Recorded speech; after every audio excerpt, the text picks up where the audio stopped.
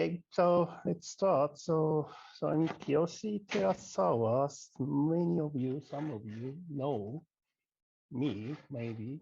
And so I work for Sign-On starting CA 17 years, and then people recognize me as Plex guy. And so when I come in this room, I feel away kind of. So, but anyway, so believe it or not, when I first time I start my career or any kind of working experience, I joined a kind of IBM shop. Then I used a 3 years as a user to make some application.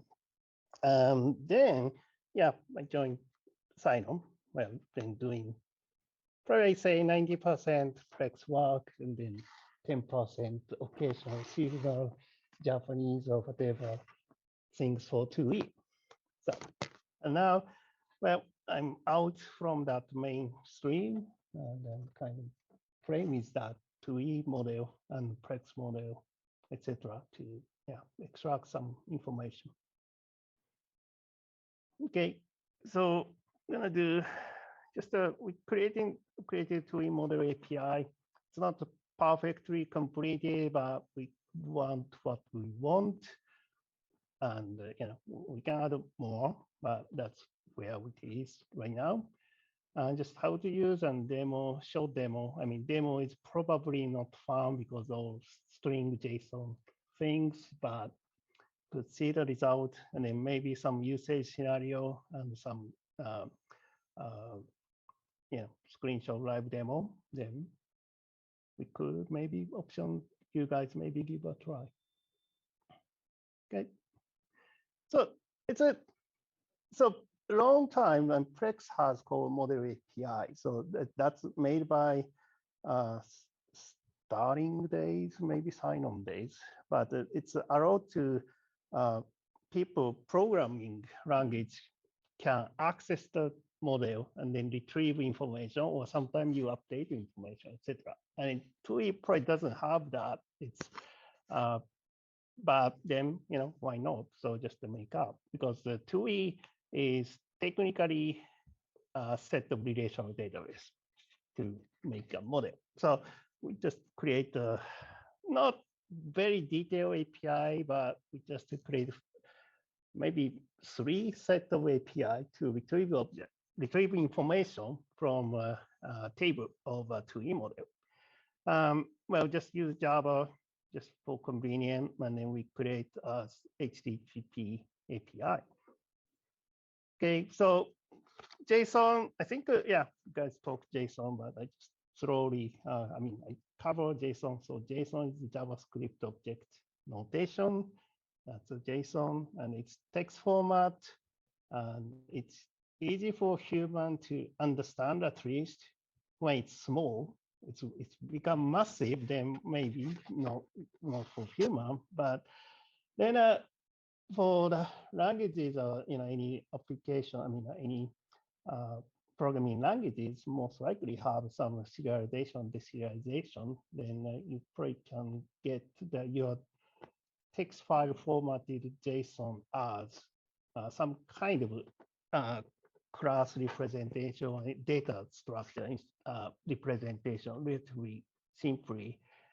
And even you can store the binary file by converting those hex value, very long hex value, but you could store the image, you could store the video, etc. in JSON. Well, JSON is technically very simple. So basically key value. So name is key, and then Kiyoshi is value. So that's how you pair, you make a pair, and then you surround it with a curly bracket. That's kind of represent the, let's say, data structure. If you do the square bracket surrounded, then that's become array. So that's really about it. Okay, so what we do currently, just read only. We don't mess up model, not inserting, updating object, but we just read and just have a base API. Okay, so it's just high architecture. But what you do is you ping ask thing with a parameter and then just reading database, then return something with a formatted manner, and then you maybe use it. Okay. So how to use? So this is the kind of basic flow. So there's like a two major API we have. So I go detail later, but so you need to have object type and the surrogate. That's the key thing to access any of the two object, and then we have like a API to return list of those pairs. Well, let's say pair or that's like the high level object information. And then if you once you know which object you are interested, you can get some detailed information for that object. Well, that blue part is kind of what this API does, but of course, what you read, well, I mean, technically you can read the 2E model through some RPG program too, of course. But still, you get data, then what you do, that's the part is most important, I think, because you can get information, but well, then what, right? And then so that's then a transformation maybe help, data converted that way, or you create your own connection or join, etc. Then to make things nice, and then it's really up to whoever use then your result analysis result or consuming or whatever, that's will get the value. Okay, so we have only basically these four methods or three methods you say I could say. Last two is basically the same. So first one is just the list dictionary. So we just return the type of object, return the surrogate and name. And next one is just a kind of model list like, so you get all the field in your model, kind of that way. But very high level, no nested structure information, difference field, etc. But you get function name list with type, etc. And then next two is a core one, so you get very detailed information for that object you're interested.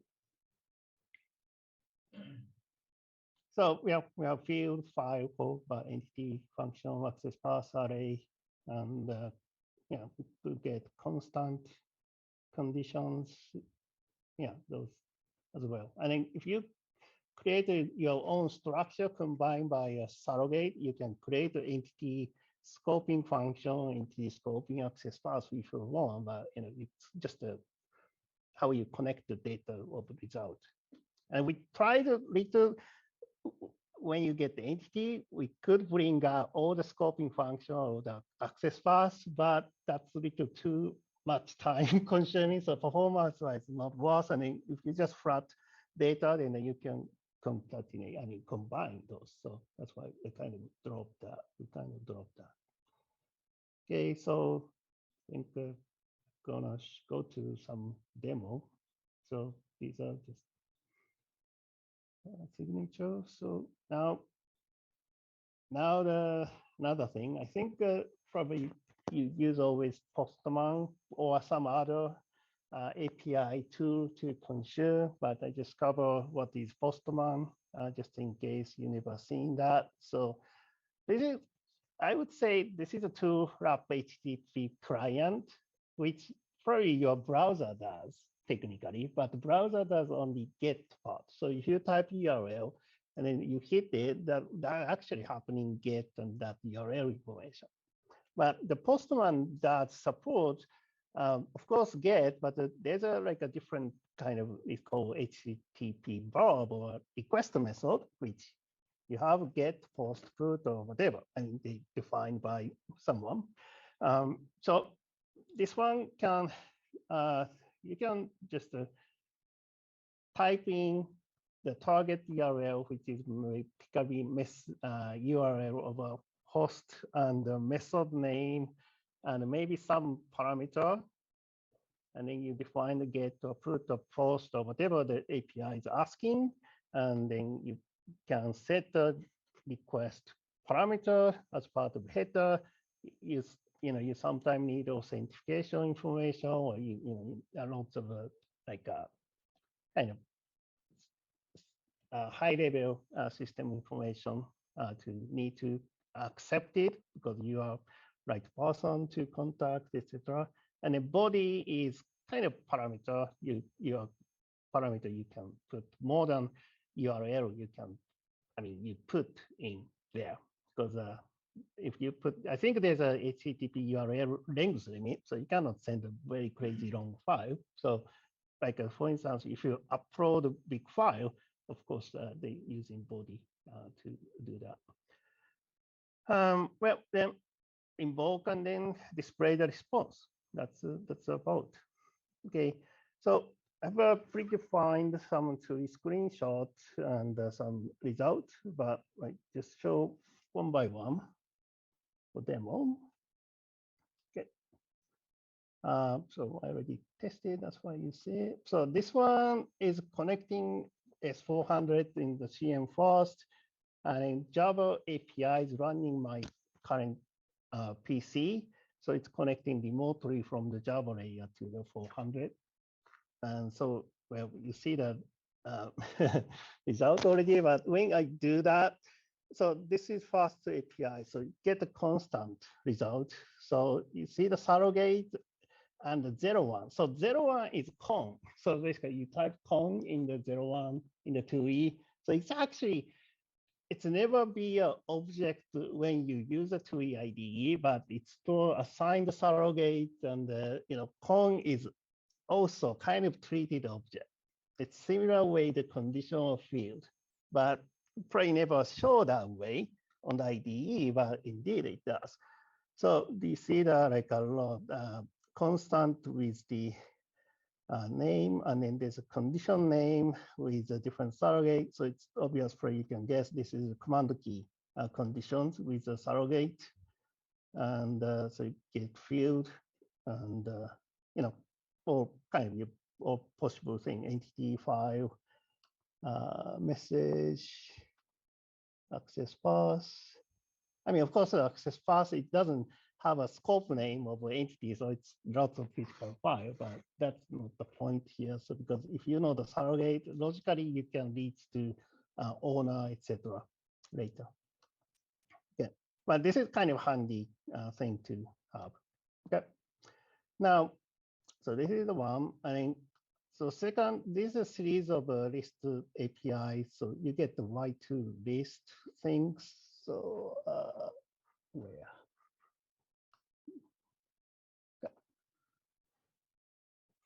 So this one kind of try to bring all the entity from the model, but a little high level. So just to remove that. So there's a account entity exists, and the type ref, and the 2-digit is AQ, and then there's a time stamp and the surrogate, obviously. And then, so it's just repeating all the entity. And if you go field, so priority executed. So you see the free field. No, this is field, right? Yeah. Okay, so this is field, and then this is like field name and the type and the 4-digit, etc. So this is still very high level information. Pretty maybe useful, maybe not that useful. Okay, so we have a different thing you can bring in, including function. Okay, now the next one is like a Y2 API. So now this is the one you get the very detailed information. So you get the file under 1129 from this guy. Okay, somewhere you find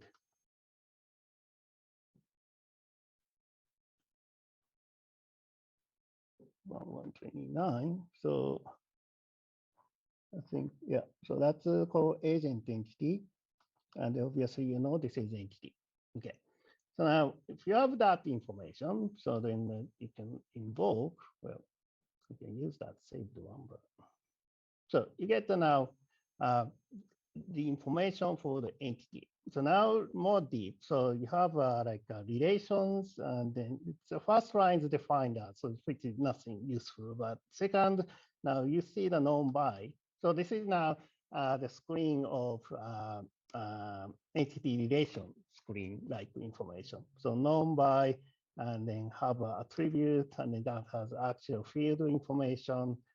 And so if you go to the includes, so there's an entity includes relation here. So in the audit stamp entity is included by this entity. And then if you go down to the attribute, you see the multiple field defined. And then, so this field level, it doesn't show up any like a name of field, etc. But you have a surrogate. So by using that dictionary or the other result, you can kind of create field name information here too. Okay, and then you see the attribute. So that's a kind of when you type E, I think E on the 2E, and so that's a handy thing. Okay, access path, same way. So this is a access path of span field. I mean, span type access path. So it has two record format and then it has field underneath. So if you go the result, so you see the so there's an access path format, and then you have two formats. So one for the header, one for detail, and then each of them has a kind of relationship information, field information, etc. So anyway, so this is kind of bring in the information of your object as kind of structured manner, but it's lots of numbering, lots of the things. It's very hard to understand using as is. So then go maybe one more deep one, action diagram. So this one is getting function with action diagram. It takes some time. Okay, we get that. And so this one says more informations and the type of field, edit record 3, and lots of information. Then the action diagram, and it's already nested manner. So the nested here means it's like a structure of your action diagram. So if you have an edit point and then going to case block and then contain the move statement, etc., it's going to the nested the way it is.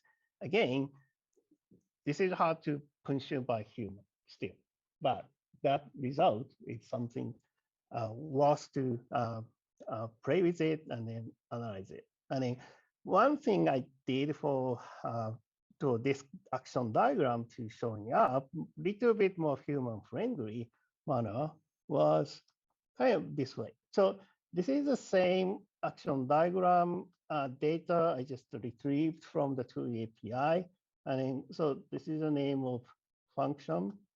And then you see the multiple user edit point, like you see on the TUI. Okay. So this is edit point, has some code. Okay, then so in the this is just the editor helping if I insert the right tab, but this is a nice thing to do. So basically, first thing is you can see the whole edit action diagram in the single shot, single view.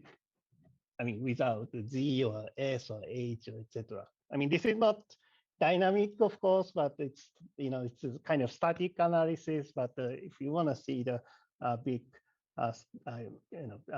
edit action diagram without back and forth, etc., that's maybe handy.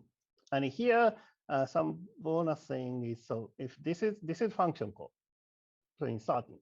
So because the API tells what parameter the function is expecting and what value you passing. So this is like a it's condition ensured is passed this type, and then output receiving to this.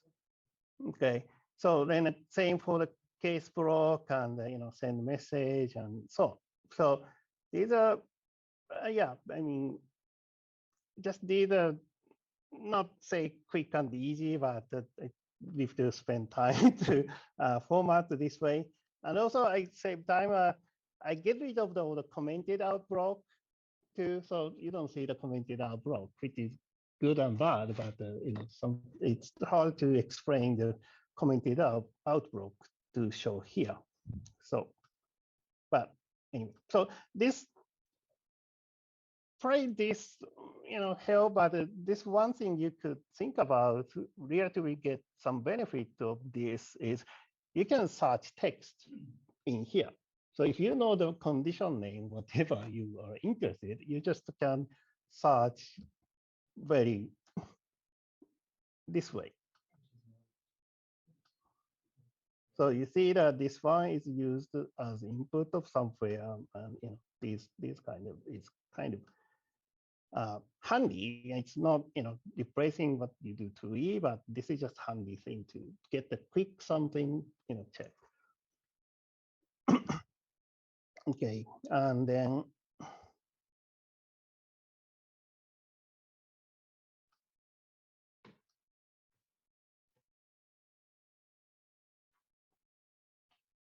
that's so far good. Too fast or maybe okay. Okay.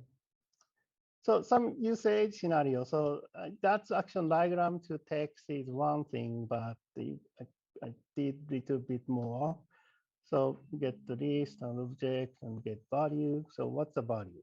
Okay, so yeah, so API tells facts, but it's not for human to consume. And obviously you use here to e-screen, obtain something similar information, but not that deep, but maybe sometimes it's too deep, etc. And more important is probably CA2 is basically set of display file to display the database for you in right way, except the generation portion. So it's just a relational database editor. And so data is there. However, if you make a request, bolt-on, I want to see that. So you probably never get that functionality. So I want to see the usage of something, or like what I did is like if you change internal function and what's need to be compiled, if you change value object and what function get affected, impacted, etc. And field change, length type change, then what's table need to be changed, or recompile, regen function, which you can do, I think, to it, just set u many times and then put the x to the model list, but that's just human error happening, etc. So I'm not building quite lots of things, but I can show some of the impact analysis I did very short later, because we have a session tomorrow, and yeah. Okay, so yeah, so now usage. I can show the usage of value. You can see even the usage of constant in the action diagram statement level. And if you know the action diagram statement level usage, you know which function you are playing, and you know that it's internal function, external function, and you know the caller because there's a call statement. So it's kind of all connected. So I loaded this data to above IT and also create some API to tell some answer very quickly. I could say very quick. Okay, so that's one of our usage, but it's not limit that. So it's just do whatever things this portion transformation, the analysis consume may get the value for the data, to consume those results. Well, the other thing, I need to be careful here, but there's a way to convert moving, importing, exporting, importing from TUI to Plex. So that's also possible. Yep, so just data format and the renaming and so on can be done. And also maybe if there's a ERD tool you have, maybe we could reformat, or you can reformat all the relationship information for the ERD format, maybe JSON or something, then import and then show the diagram of the ERD. And the action diagram as more flowchart way. I did the text.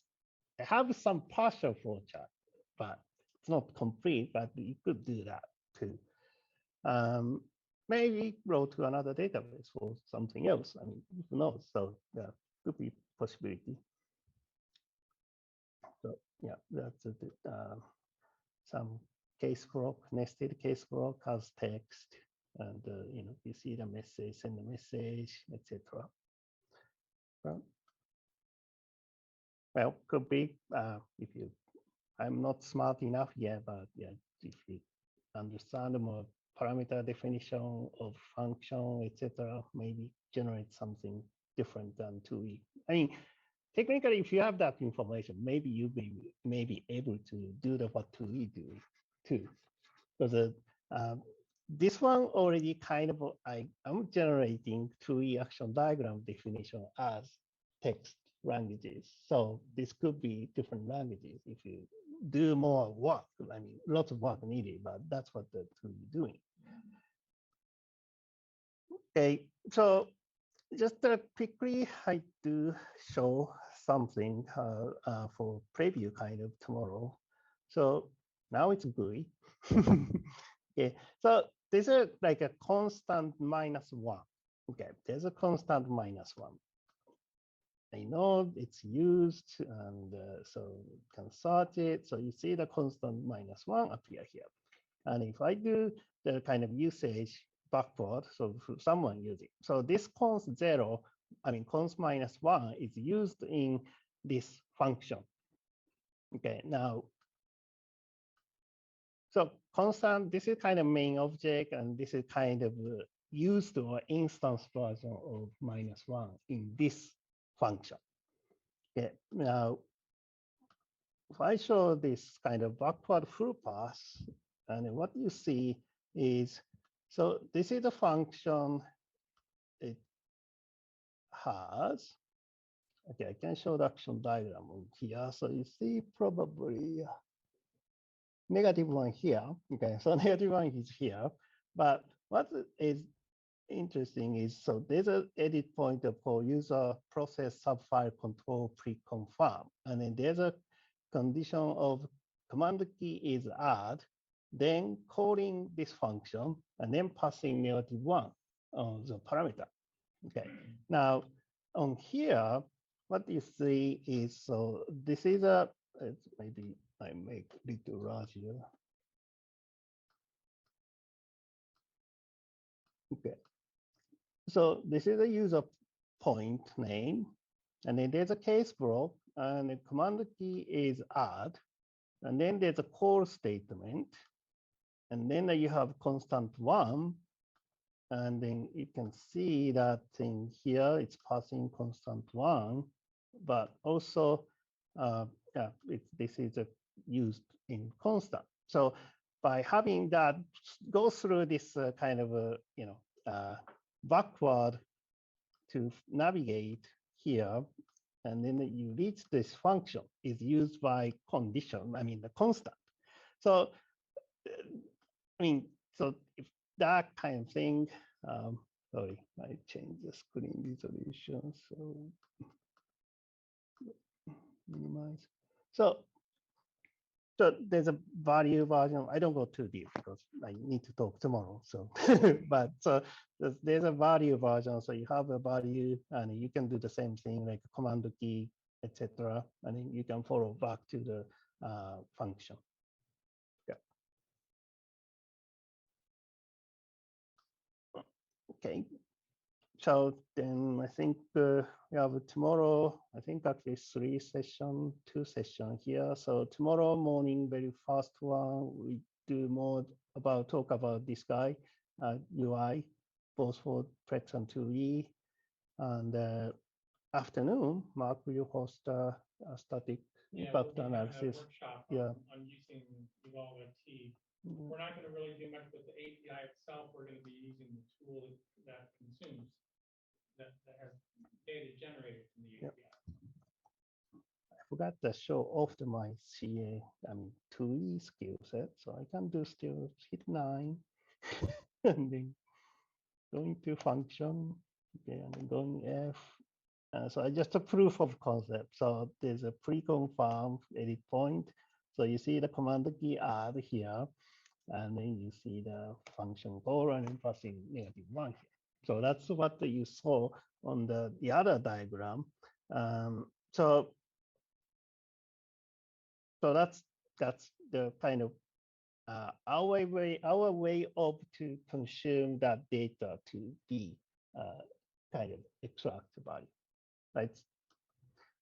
So yeah, I think we just not complete. So there's some idea. I'm thinking like if we detect something, if we create an API to update the Y2 model list, that's maybe powerful thing. If I detect all the function to be compiled, and if I could add that object to the model list, then that's compiled ready, kind of. One of the things we do when we do impact analysis, at least I do, is I create a model list of all the objects that I need to recompile. So what we're looking at is using the API to do this for us. Is it would create, do all the impact analysis and then create a model list for us. So just idea. Be, I don't promise it, but yeah. Yeah. Yeah. Yeah. Idea is good. Yeah. Signed up or on their PowerPoints. These are what we want to do. We don't promise it's going to be there. This is the direction we're moving. Yeah. So yeah, and yeah, that's fun. So we probably, if we get some agreement, we probably can install this API on your side.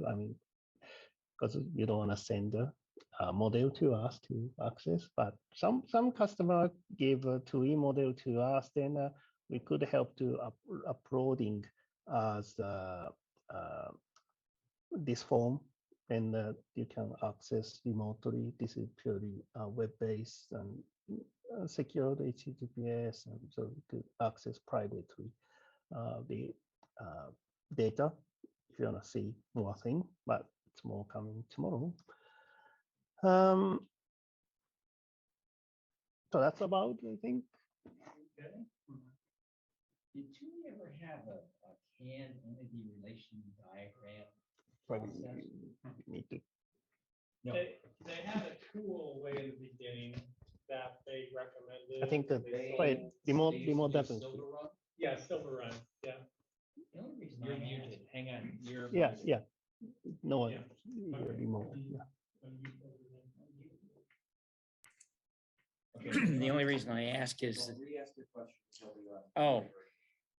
did 2E ever have a canned entity relation diagram process?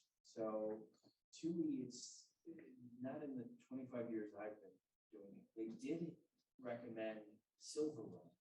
And they sold it as part of their package at one point, Yes. where you could Oh. buy Silver Run with 2E if you wanted to. That must be, see, for Infor, they provided 2 canned ERDs for the two important ones, the COM application, which was the one they wrote, and their Americanized version of Sign-On Financials, IFM. And they were always handy because it would basically, it did two things. It showed you could put it, it listed all of the file names, and then in there it gave you the relationships, and you could get the where used for field. And then it also had a pictorial view of the database diagram. Yeah. Yeah, and this tool, it doesn't really do what an ERD per se, but it does give you a graphical view of the system. Yeah, that's nice.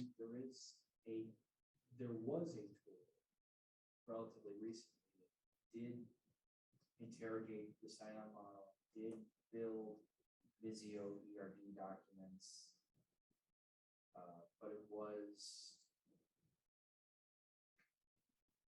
when I looked at it, it was too expensive for, well, it was fresh. Oh, Oh, Fresh had one, yeah. There was one that Daryl had. Okay. Yeah. Fresh had X analysis. Yeah, I X don't think it did. Yeah, Yeah, X- theirs Fresh is a has- little different. Okay. it yeah. it doesn't produce the same kind of. Theirs produces a lot of data off of the system. Yeah. See what happened at Infor, or when it was Mapix Inc. They got enamored of the tool back in about the time it was introduced. And they set about recreating the order processing piece of their ERP system with it. And it was the time that it was first coming in. Most everybody had 400s that were not used to heavy interprogram calls. And the minute anybody put the finished application on there, your performance just went down. And they got a big black eye for it. And the people that wrote COM maybe knew order processing, but they did not use the tool correctly. And that was the other problem. And that soured Mapix on that again. They'd also bought Simon Financials by then and Americanized it into IFM, which is a great application. Most accountants hate it because they don't understand it. Because it's a true relational database, table-driven finance system, and it is elegant. But auditors, they don't understand it. It gives them a monumental headache. So right now, what you're seeing is similar to an ERD.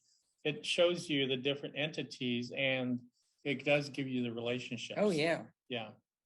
Yeah, it's just doing AC level, not the field level. Yeah. Yeah. But you can imagine if you display field key measure, it's Yeah. too easy, but kind of. Yeah, tools like this are helpful. Yeah. Sometimes to visualize it like this, it gives you a whole different perspective to understand. And also when you're working with people that don't know 2E and so forth, something like this can really help them understand. Yeah. Also, like us, we sometimes get the customer model. We need to understand what's going on. So this one kind of help you. Yeah. understand the system. I would like to be able to have a model for every time I go to a customer's place to start working, because I don't know their application. And then this would help me in learning their application a little faster as far as how it all is put together. So we're almost to the end, so we can just chat a little bit and talk about any topics you've had today.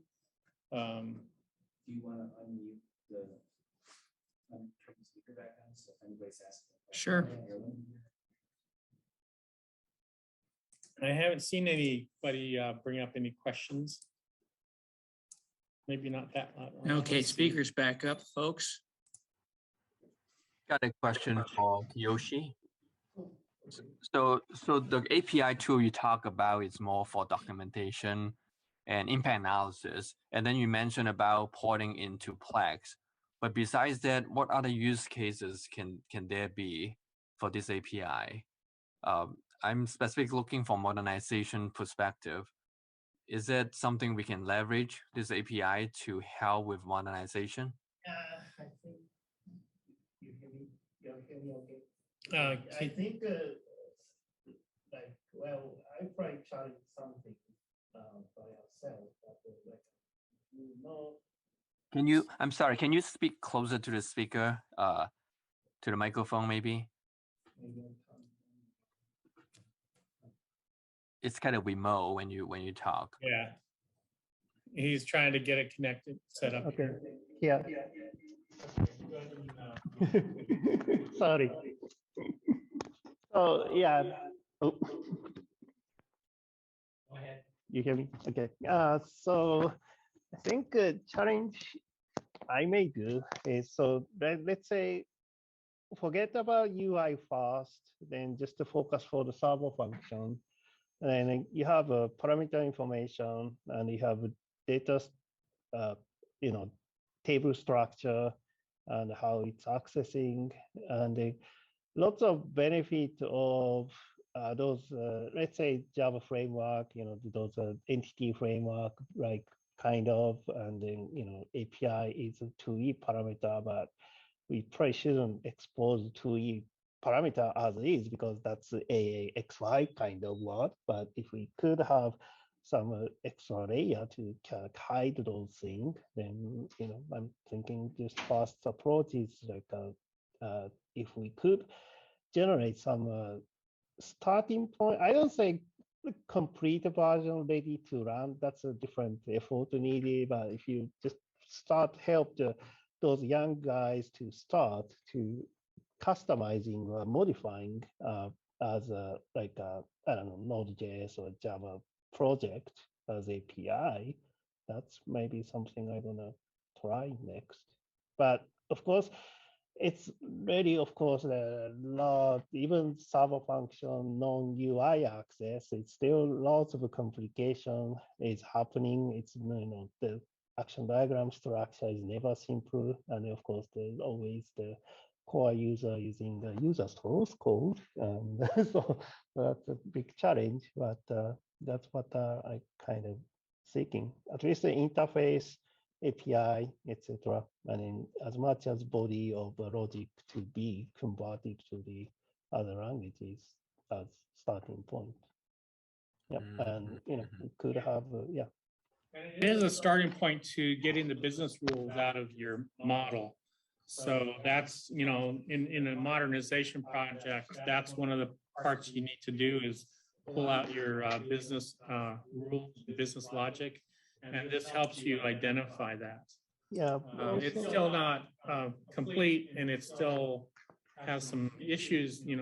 Some work it has to be done, but it's there. We're getting to that point where we can start pulling business rules by looking through this.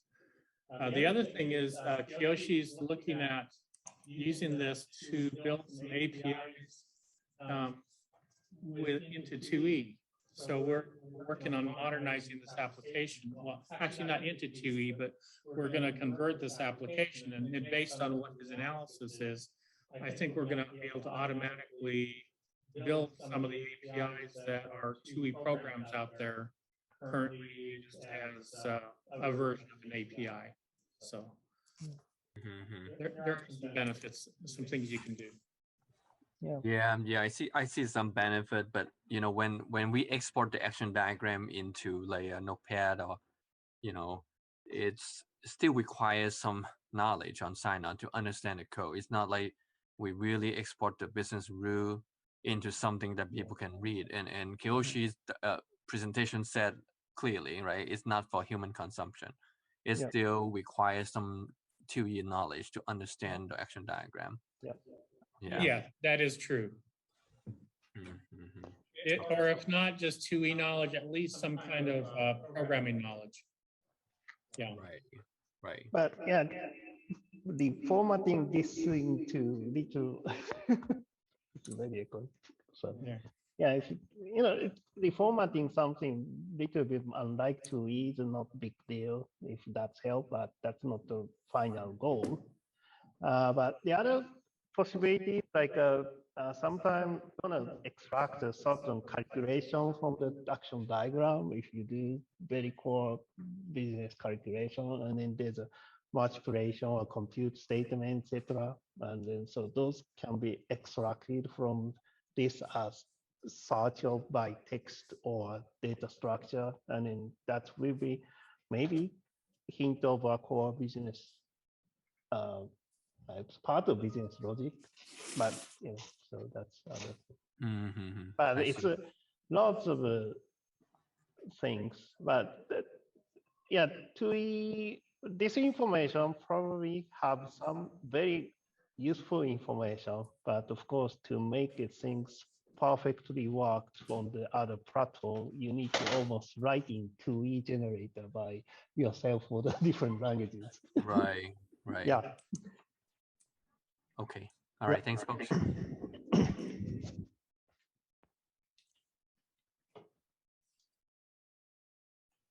we have 2 more minutes.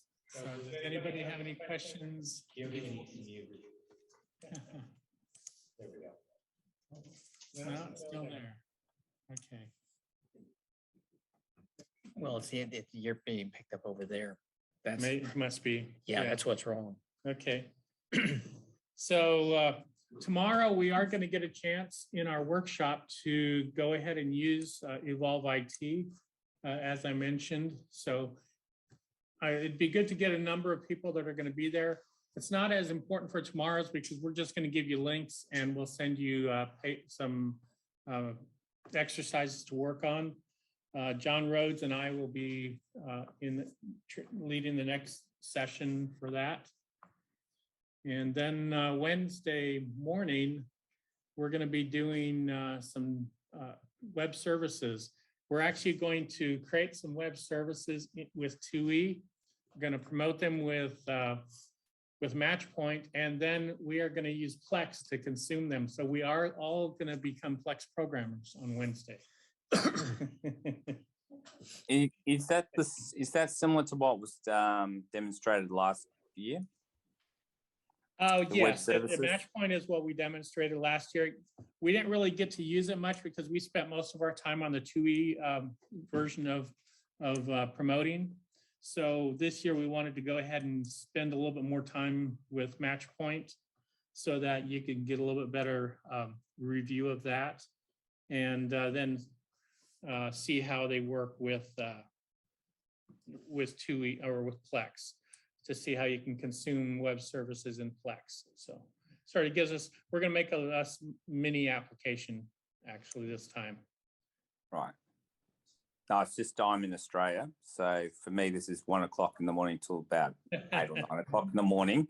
So if there's anything I can skip over, that's I'm looking for it because yeah, we already consume and publish web services off the iSeries already. So okay.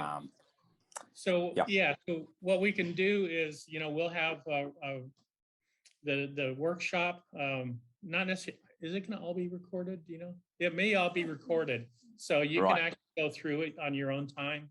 That way, you don't have to, stay up until 1 o'clock to do it. No, it starts at 1 o'clock. It's now 8:30 in the morning now for me. Oh, okay. Yeah. So, Yeah. So we'll have that. You can probably skip that and then go do it on your own time. okay, great. Yeah.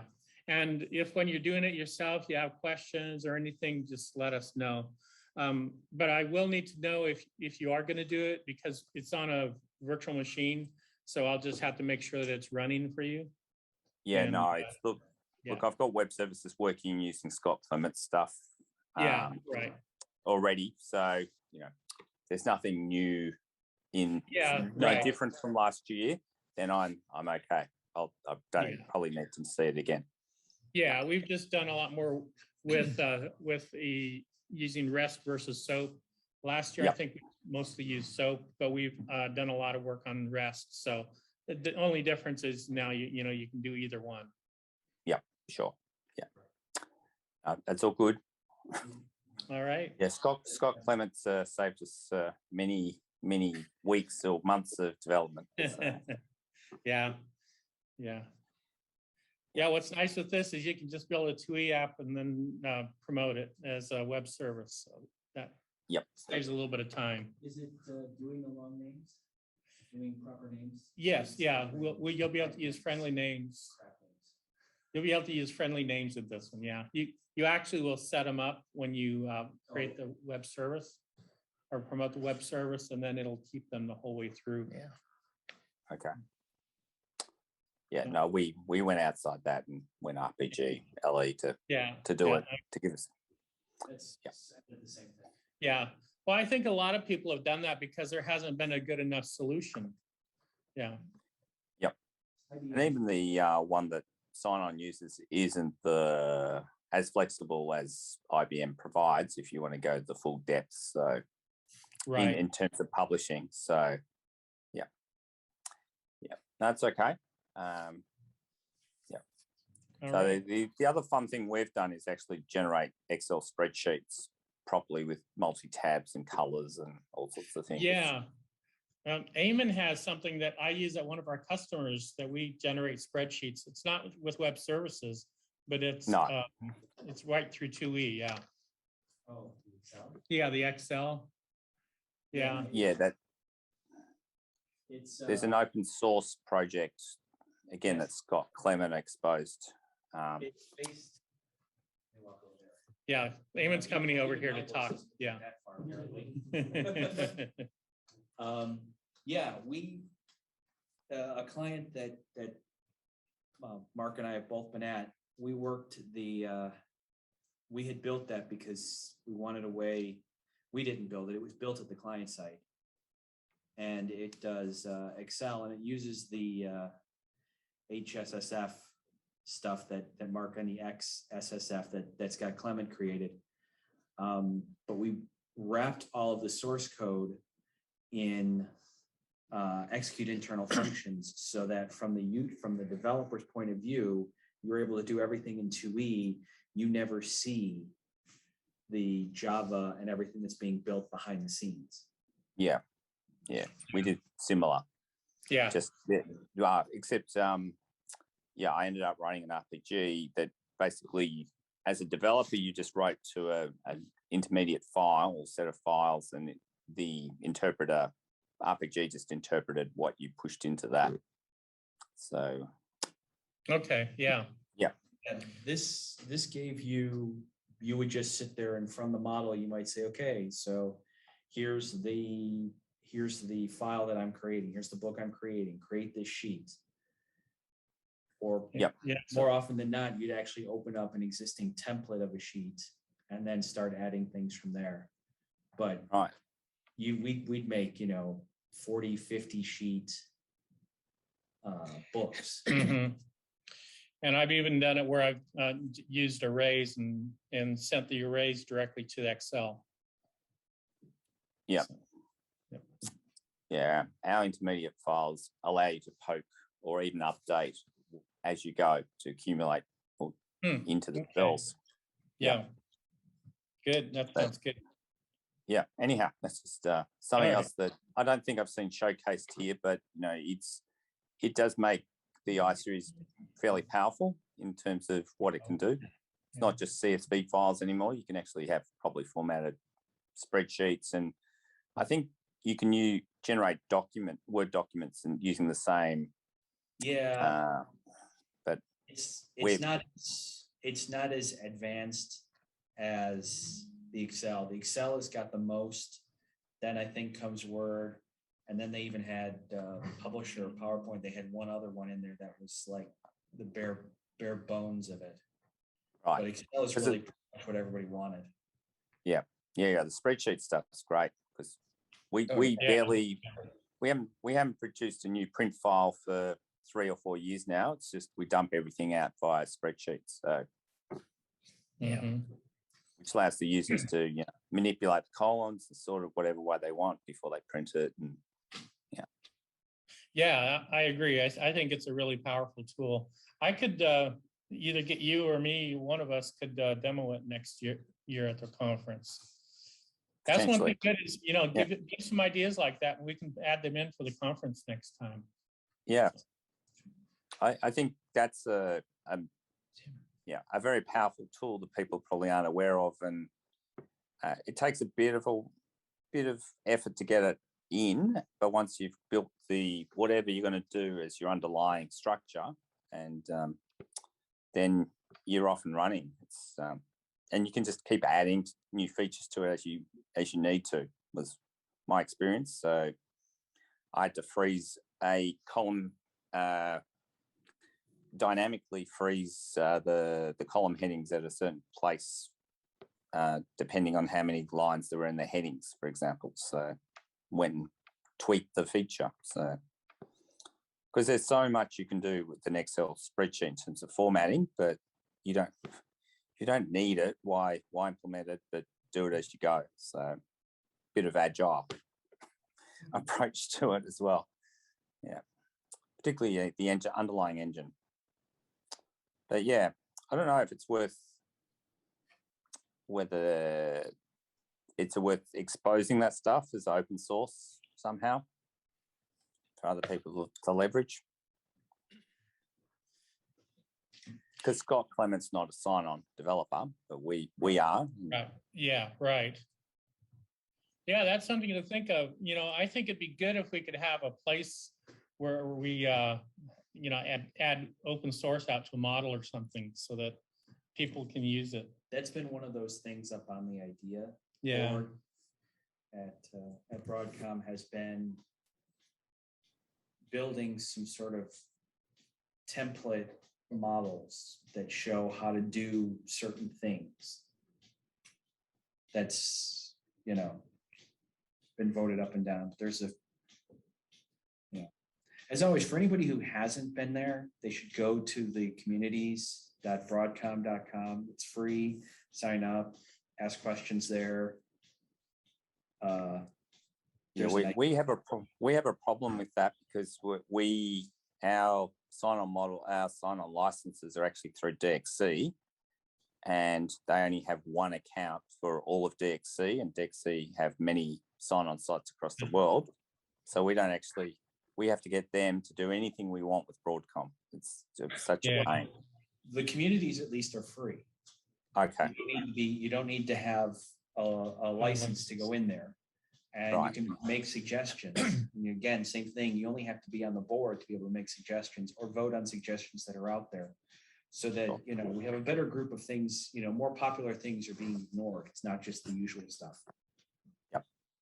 He says, knowing that he's put like 4 or 5 ideas up there that have been ignored, even when I gave them instructions on how to do it. Yeah. Well, maybe Broadcom isn't the place to be to be our source or the center to be publishing this stuff. No, probably not. Yeah. It's the more they hear about it, the more they realize that maybe there's a viable product still.